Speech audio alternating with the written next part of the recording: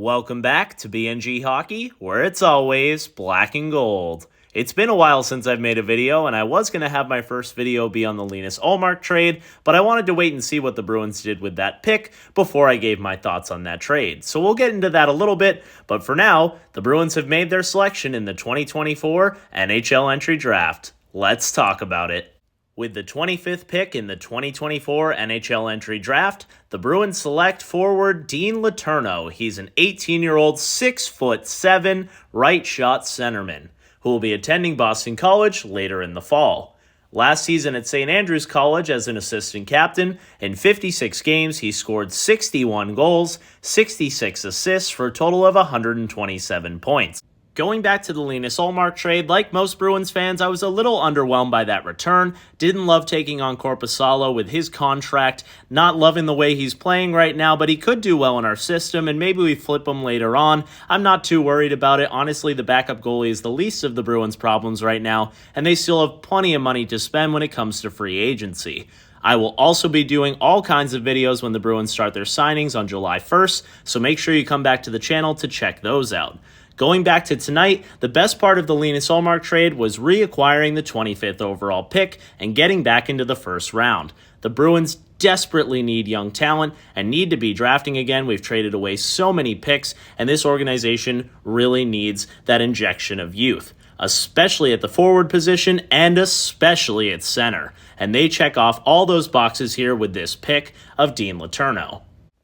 This player's combination of insane amounts of size with good skating ability and offensive upside is really special. An obvious comparison for him is Tage Thompson, having the same size and skill set. It took a while for Tage to find his game, but when he finally did, he became an absolute monster. And I would love to see that same type of player alongside David Pastrnak for years to come. So here's hoping he becomes that. Another player comparison Kevin Weeks mentioned is Blake Wheeler, who the Bruins are very familiar with. Another guy who took a little while to find his game. It does sound like Letourneau might be a bit of a project and might not come as soon as Bruins fans would hope, but once he finally does find his game, Wheeler was a fantastic player, a great leader, and very productive. So this kid could hit that potential, and that would be a slam dunk pick for the Bruins. Another thing I like about picking a player with size, it doesn't sound like he uses that 6'7" frame all too much and isn't very physical, but I'd much rather teach him how to do that than teach him how to have skill. It's way easier to teach a player how to use that size and play tough at the NHL level than it is to teach them to score or have hands or have that skill that sometimes you're just born with. You can look at a player like Trent Frederic. Is he the best first-round pick of all time for the Bruins? Absolutely not.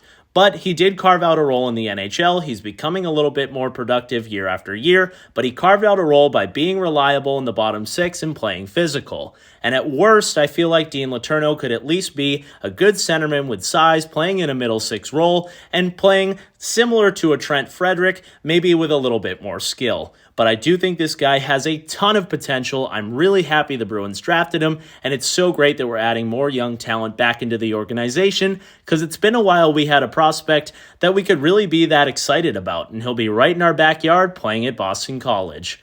So let me know your thoughts on Dean Letourneau. Do you like the pick? How do you think he'll do? And who do you think his NHL comparison might be?